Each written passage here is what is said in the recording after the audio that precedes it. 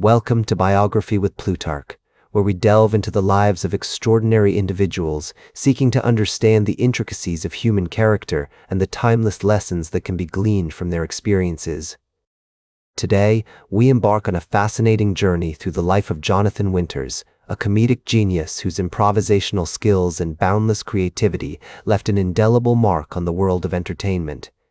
Born on November 11, 1925, in Dayton, Ohio, Jonathan Winters was the only child of Alice and Jonathan Harshman Winters. His father, an insurance agent with a quick wit and charming personality, and his mother, a former radio personality with a flair for drama, instilled in him a love for storytelling and performance from a very young age. The Winters family resided in a charming home on Fernwood Avenue, with its cozy porch and lush garden, where Jonathan's imagination was nurtured through countless hours of play and fantasy. The house was filled with the sounds of laughter, music, and lively conversations, creating a warm and supportive environment that encouraged Jonathan to explore his creative talents. As a child, Jonathan was enchanted by the world of cartoons, comics, and radio shows, which would later influence his unique brand of comedy. He spent hours listening to the likes of Jack Benny and Edgar Bergen, mesmerized by their ability to conjure entire worlds with nothing but their voices. The scratchy sounds of the radio, the creaks and groans of the old wooden floorboards, and the musty smell of the attic where he would often play all blended together to create a sensory experience that sparked his imagination. This early exposure to the power of imagination and creative expression laid the groundwork for Jonathan's future as a master improviser. Growing up in Dayton during the 1930s and 1940s, Jonathan was surrounded by the sights and sounds of a bustling Midwestern city. The Great Depression had left its mark on the community, with empty storefronts, shuttered factories, and long lines of people waiting for soup or bread. However, the Winters family was fortunate to have a stable home life, which allowed Jonathan to focus on his creative pursuits.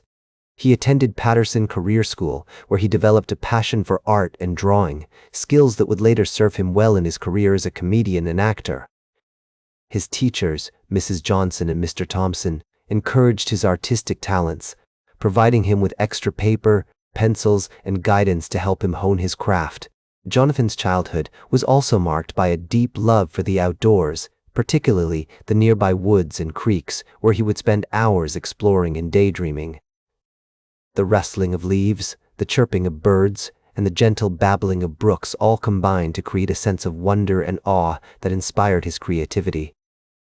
He would often take long walks with his father, who taught him about the different types of trees, flowers, and animals that inhabited the area. These excursions instilled in Jonathan a profound appreciation for nature, which would remain a source of inspiration throughout his life, influencing his comedic style and informing his unique perspective on the world.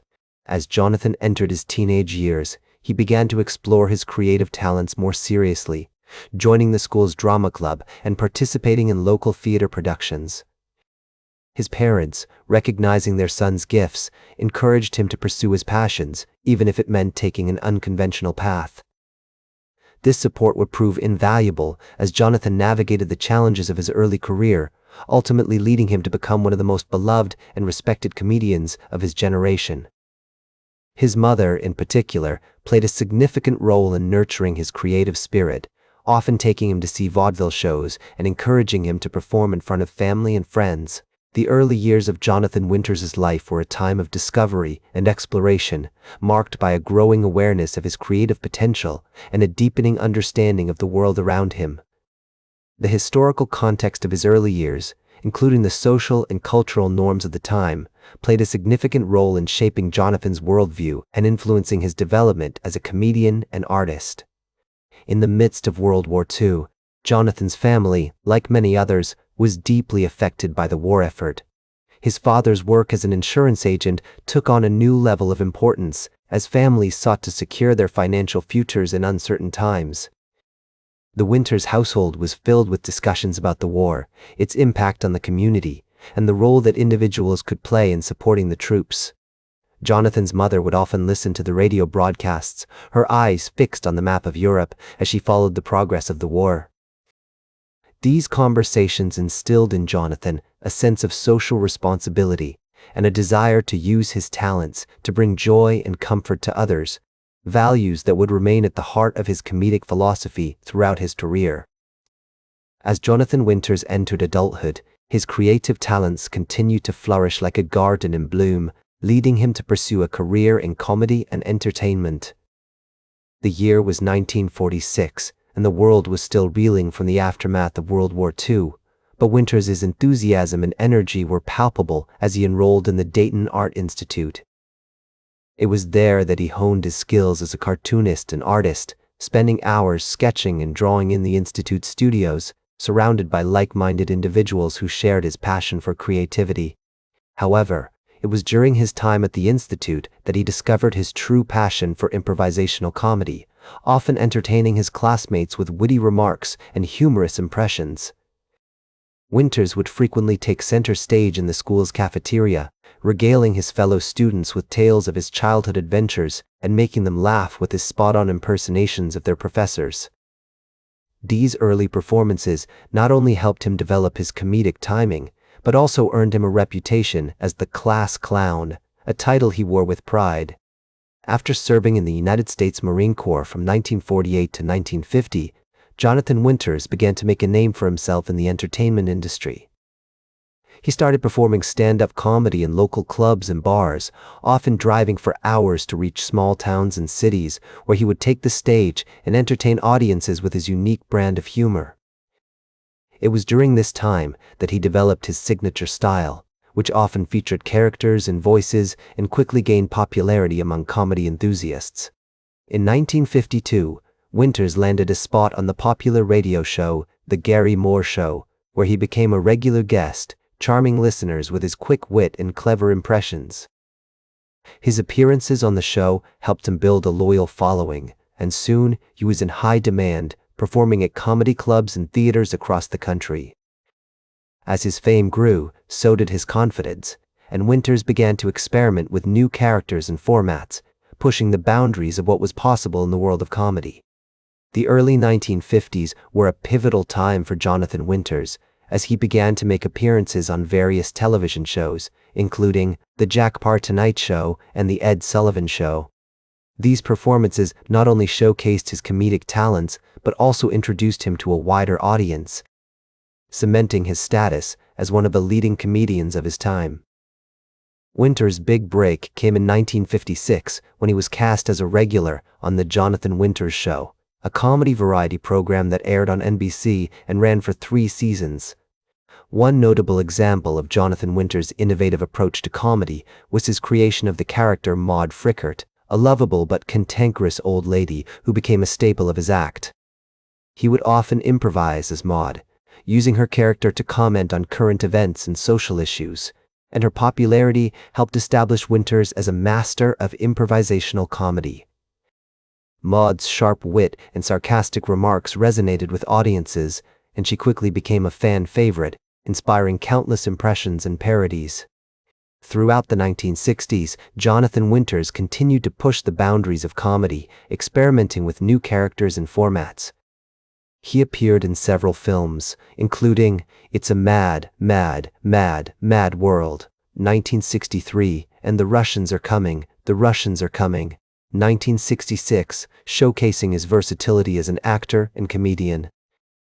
Winters also released a series of successful comedy albums, including Down to Earth, 1960, and Here's Jonathan, 1961, which featured a mix of stand-up routines, sketches, and character pieces. As Winters' career progressed, he became known for his collaborations with other notable comedians and entertainers. He often appeared alongside Johnny Carson on The Tonight Show, and the two developed a close friendship that lasted until Carson's death in 2005. Their banter and camaraderie on stage were undeniable, and their chemistry helped make The Tonight Show one of the most popular programs on television. Winters also worked with comedian and actor Robin Williams, who has often cited Winters as a major influence on his own comedic style. Jonathan Winters' contributions to the world of comedy were not limited to his performances alone. He was also a talented artist and painter, and his work was exhibited in galleries throughout the United States. In 1967, he published a book of his artwork, Jonathan Winters Paints, which featured a collection of his paintings and drawings.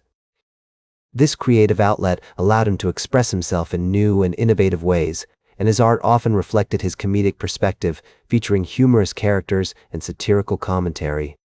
As the years went by, Jonathan Winters continued to innovate and experiment with new forms of comedy. He appeared in numerous television shows and films, including Mork and Mindy, 1978 to 1982, and The Twilight Zone, 1985, and released several more comedy albums.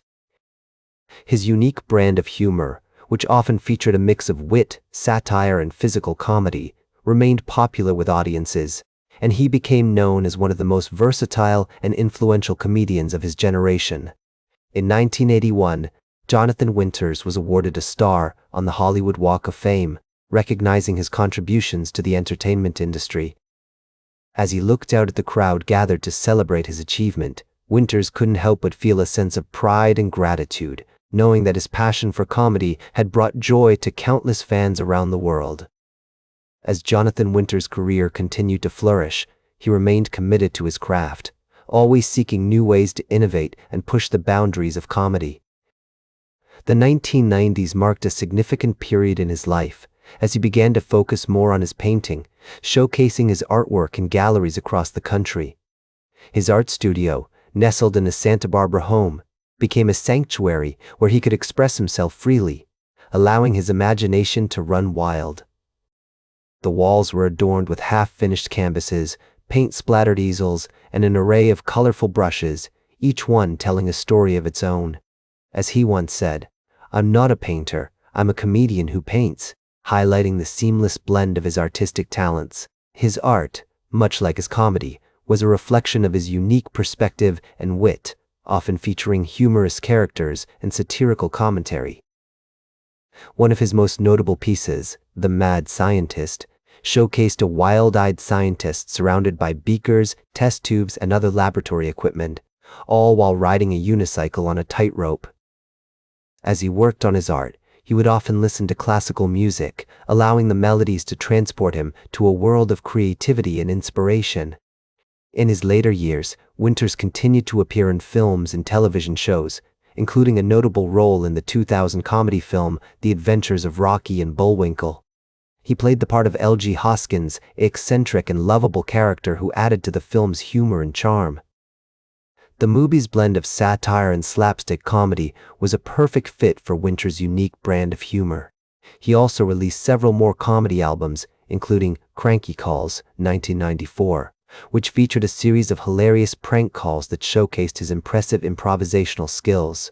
Throughout this period, Winters remained a beloved figure in the entertainment industry, respected by his peers for his innovative approach to comedy and his tireless work ethic. He was often sought out as a mentor and advisor, sharing his wisdom and experience with younger comedians looking to make their mark. His generosity and kindness inspired countless individuals, including Robin Williams, who would often visit Winters at his home, engaging in hours of conversation about comedy, art, and life. In 2008, Winters was awarded the Mark Twain Prize for American Humor, recognizing his significant contributions to the world of comedy.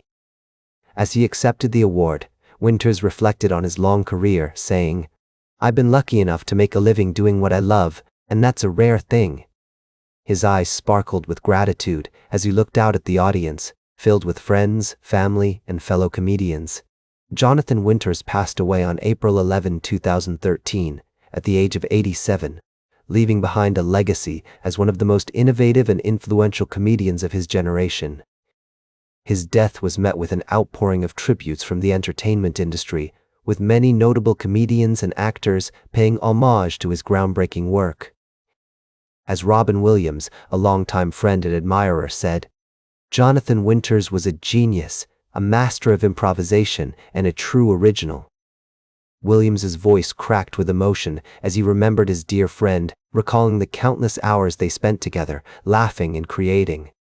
Today, Jonathan Winters is remembered as a pioneer in the world of comedy, a man who dared to push the boundaries of what was possible on stage and screen.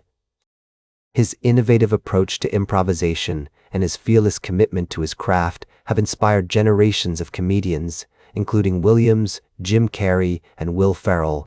One notable example of Winters' influence can be seen in the work of comedian Jim Carrey, who has often cited Winters as a major inspiration.